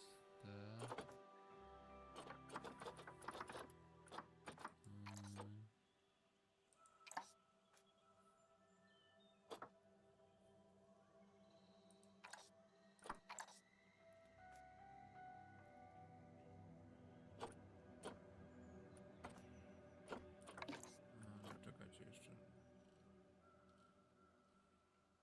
Oh, that's a great climbing frame for Jeszcze them. raz muszę They're going to zapisać. Przepraszam, ale absolutely love it. uczę się i Do you tego. know what would make them even happier, though? Nicer food. But that's true of all of us, though, isn't it? You can unlock better quality food for animals through research. Luckily, we've already unlocked some for the lemurs, so all that remains is to make sure they get served it from now on. Let's bring up the habitat information panel by selecting the lemur habitat.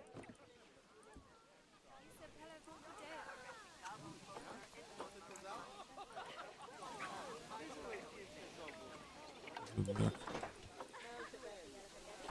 Informacja o wybiegu.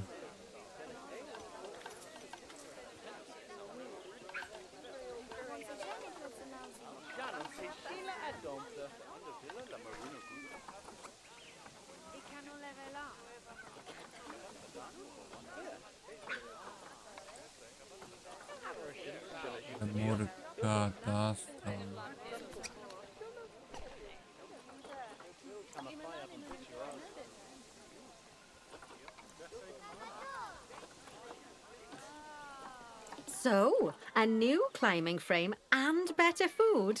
Oh, you've really spoilt those lemurs rotten. Now, I think it's time we looked at one of the zoo's most important responsibilities, releasing animals into the wild. You see, when we feel an animal is ready, we can release them into the wild. But what makes an animal a good candidate for release?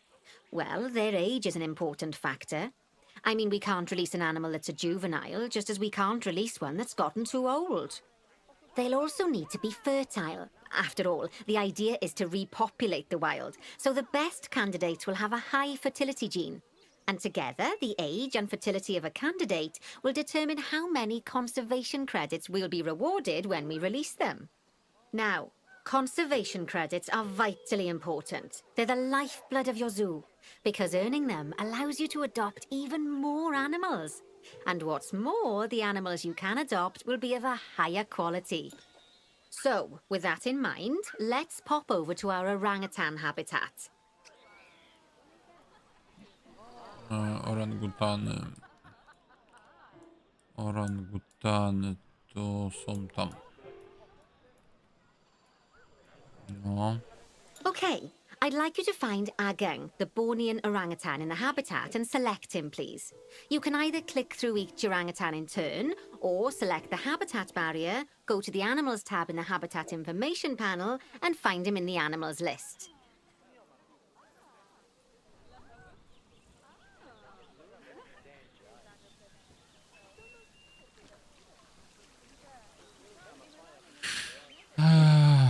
Agung. Agung, gdzie ty jesteś, Agung?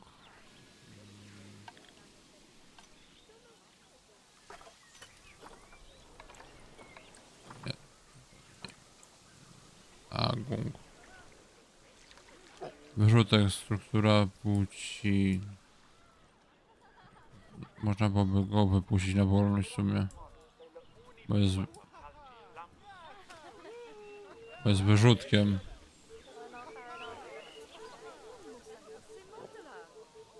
Czekajcie, ja to zatrzymam, bo muszę zobaczyć, gdzie jest ten Agung. Dajla. Gdzie ty jesteś, Agung? Tu jakiś śpi, Agung.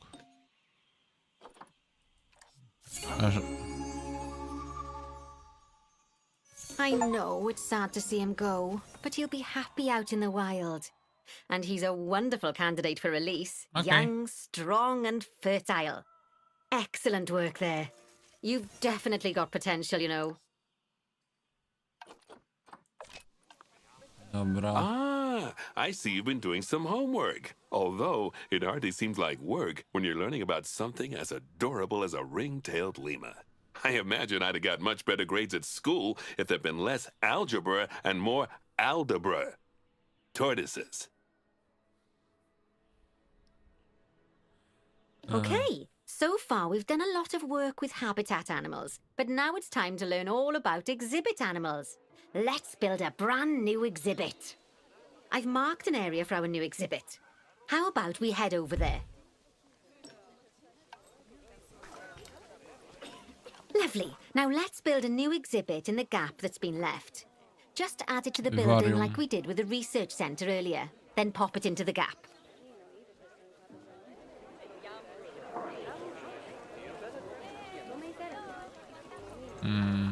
Moment, dobra.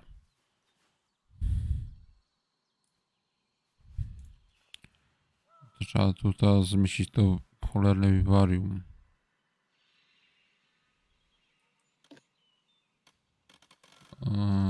Okej.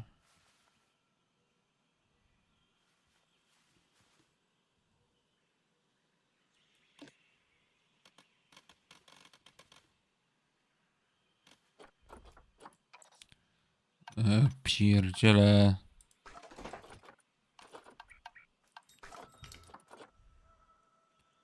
No,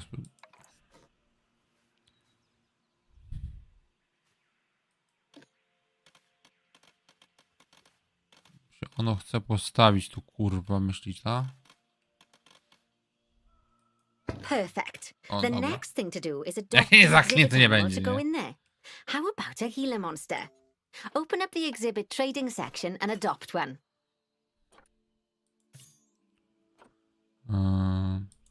Just as we do with habitat animals, we need to send the Gila monster to the exhibit. Click on the exhibit to send it there.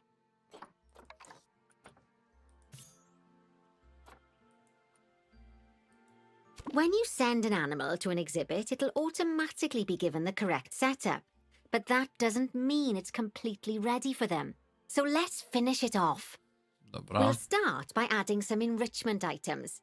Click on the exhibit to bring up its information panel.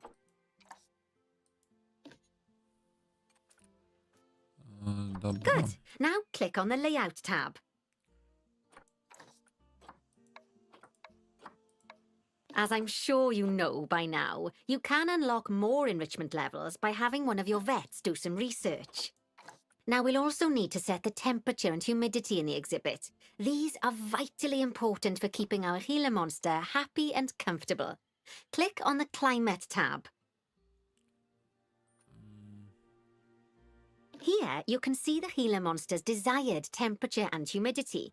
You can change both of these by adjusting the dials below. Make sure it's going to be nice and cozy. Dobrze, a w jakich one... Heloderma, tak? Ja bym musiał sobie najpierw zobaczyć Zopedię.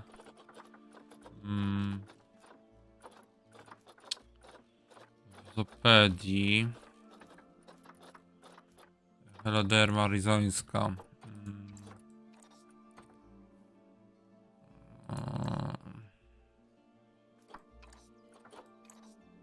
Temperatura 35 do 42 i 15-25% wilgotności. Tutaj sprawdzamy sobie ile temperatura optymalna jest, czyli tak możemy ustawić na 38 i 20% wilgotności. 38 i ile tam było? 20... Jezu. 15-25, czyli 20% wilgotności.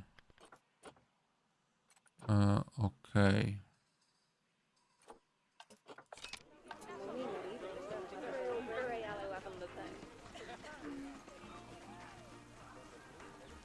No i jesteśmy idealnie, można powiedzieć. Z temperaturą i z wilgotnością. The ticket? And the last thing we need to look at is setting up the different windows. So click on the Windows tab.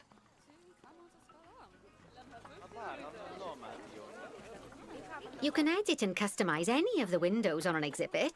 A window can be closed and blank, or have a two-dimensional background, or even a three-dimensional background on it. Why don't you have a play around with the options? Dobra. There's also an exhibit education board. Pop them down near exhibits to teach your guests about them. Let's add one now. I tu by warto postawić te...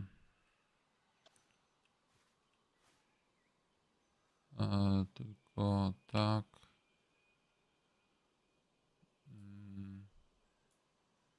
Na równi, moi drodzy. Ile tego mam postawić?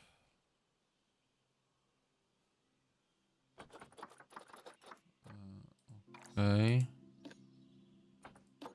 Heloderma. Lovely stuff. Now our guests can learn all about our venomous friend here. Right, now, I've got a bit of a big job for you. I need you to increase the number of species in the zoo. You'll probably want to adopt both habitat and exhibit animals to do so, which will mean building plenty of new habitats and exhibits for them. Go on, off you pop. I'll check in with you when you're almost done. 12 mówisz. Uzyskaj liczbę gatunków 12, mamy 9, czyli 3 musimy, tak?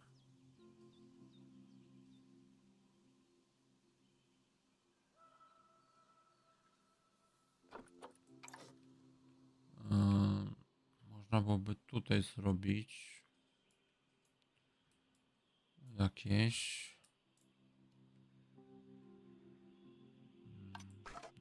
zwierzętami, co my mamy, lemury, mandryle,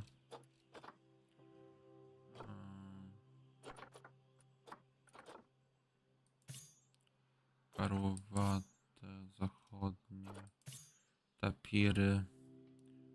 A zwierzę zostanie zaadoptowane za gotówkę, nie można. Wolność.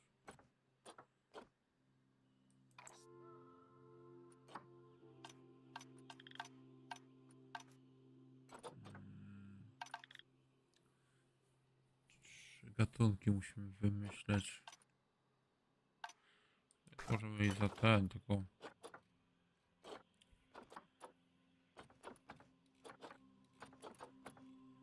hipopotamy możemy. Cena.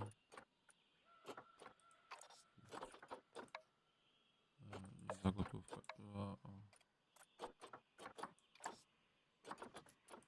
Już listę.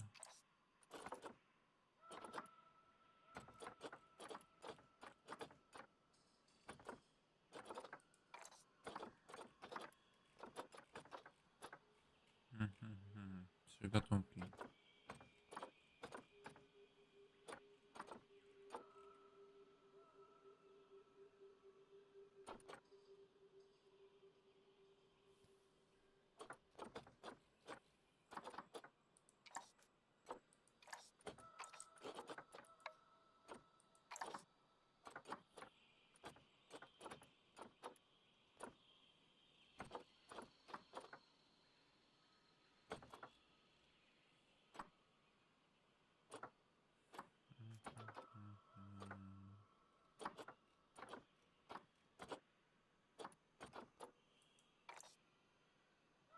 Trzy gatunki, powiadacie.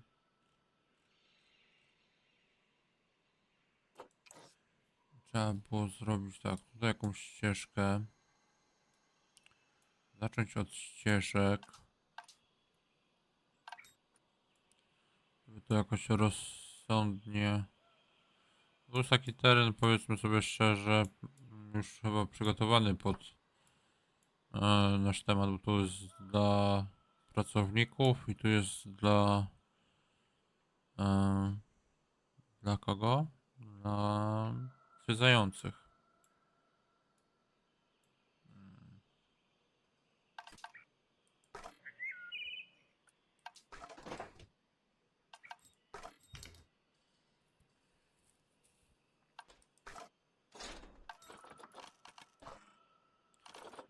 Znaki różnego rodzaju. W ogóle muszę zobaczyć, co tu jest w ogóle.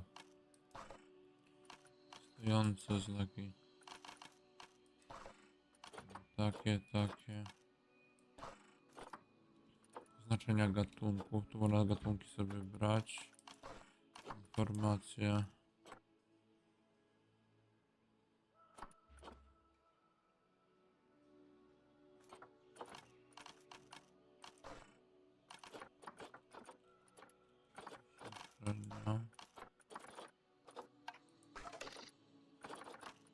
Projekty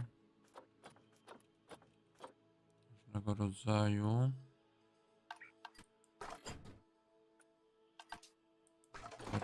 Biegi. Trasy mnie interesują. To jest tym drewnem. Jest to drewno, czy to jest to?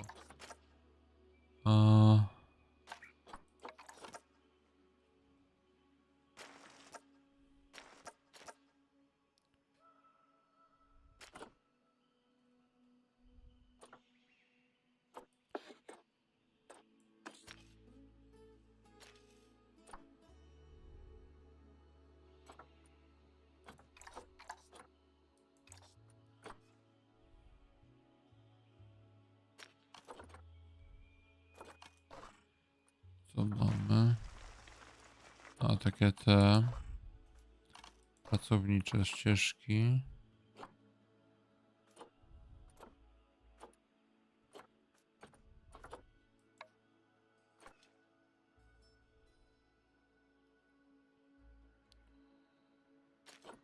Będę musiał to przemyśleć, moi drodzy. Nie jest tak głupio tutaj to z tego zrobić.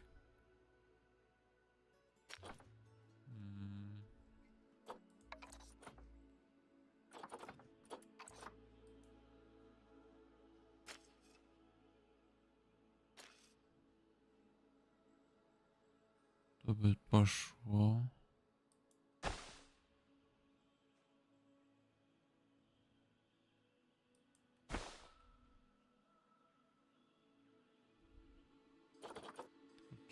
Czterometrowe.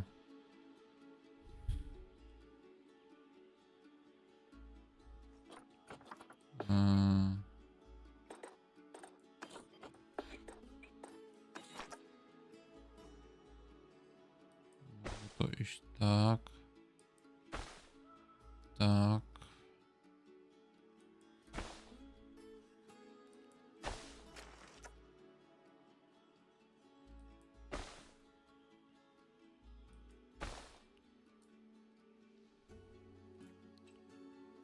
To by mogło zakręcać.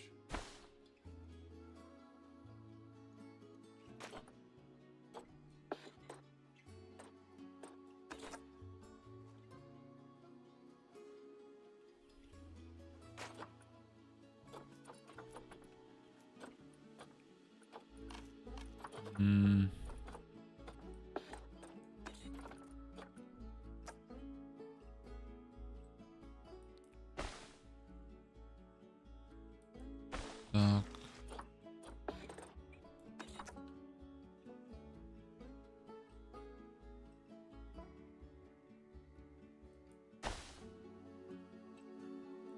Powiedzmy, że...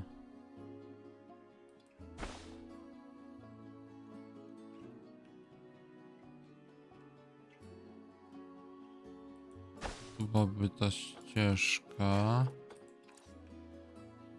I przy niej by trzeba było coś wybudować. Jakieś 3T. No to jest miejsce akurat tak, żeby mniej więcej to zrobić. Ale muszę pomyśleć. Dobra, moi drodzy, wiecie co, jest 22:30. Ja jestem dzisiaj od 5 rano na nogach. Skończymy dzisiaj to. Następny odcinek zrobimy sobie w najbliższym czasie. Ja jeszcze sobie tutaj poćwiczę, tak żeby wiecie, było wszystko fajnie, pięknie, żeby też nie robić sobie obciachu. Także moi drodzy, będziemy robić niebawem zoo dla swoje i myślę, że wyjdzie ono bardzo fajne, bo mam pewien pomysł, jak to ogarniać i pewien plan na to, a to jest najważniejsze, żeby mieć jakiś plan, bo dużo filmów oglądałem na ten temat, wiem mniej więcej co i jak, więc ja sobie to jeszcze tutaj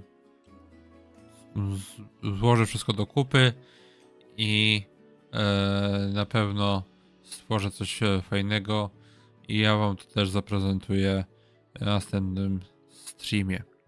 Także moi drodzy, jak na razie dziękuję wam serdecznie za dzisiaj. 2 streamy i jutro pewnie też będzie, ale nie wiem o której godzinie. Patrzcie na social media moje i zerkajcie do opisu pod streamem. A ja te 2 streamy wrzucę oczywiście na drugi kanał też, żeby na drugim kanale też to było, żeby można było na tych 2 kanałach sobie to obejrzeć. A tymczasem dzięki wielkie. Trzymajcie się, dobrej nocy, kolorowych snów, papatki. Trzymajcie się, pa.